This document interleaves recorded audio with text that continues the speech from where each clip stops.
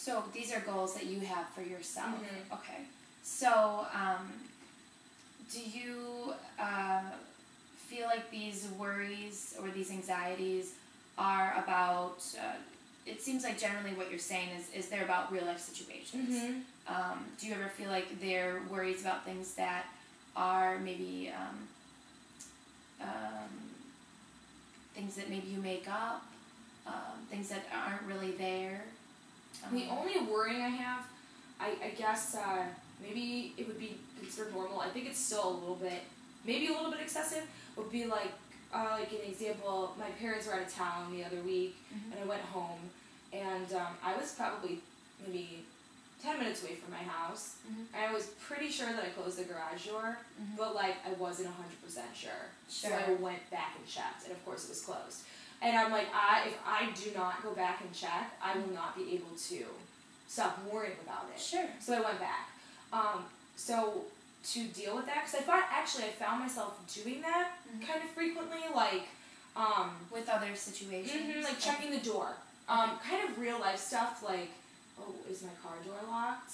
Like, So like you think you did it, but then you're not sure, Yeah, like and I'm you start pretty- thinking too much about it? yes, and Okay. I will then become like, I don't know if I want to say obsessive, but like it will be there, and I'll keep Okay. thinking about it. So what I do now is when I like lock the car door, I like make sure, like I make it a conscious effort to know that it's locked. Okay. So then when I do leave, I'm like, no, I'm absolutely positive I checked. Okay. So same with like the garage door, with locking the door to my house, like when I'm at my boyfriend's, Mhm. like I'll lock it and I will like check to make sure it's locked, and I will know that I consciously locked the door. Okay.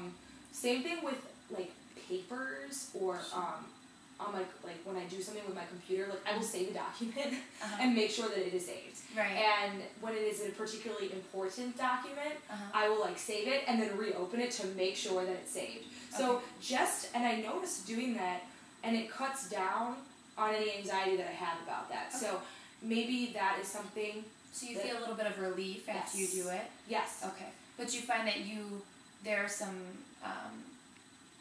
some common themes, like losing your keys Mhm. or not sure if you've locked your door.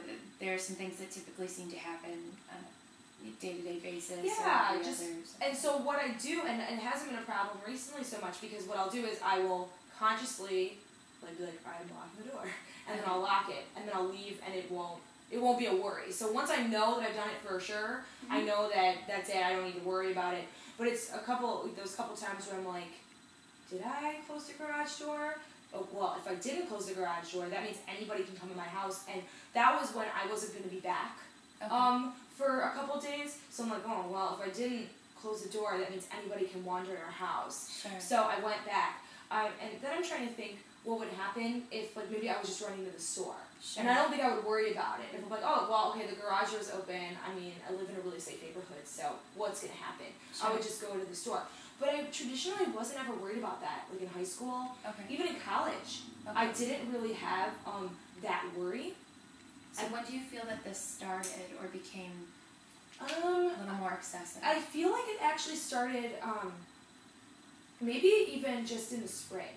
Okay. Like I was graduating from college. I was working at a lab full time. Okay. And I would actually notice that sometimes it would happen.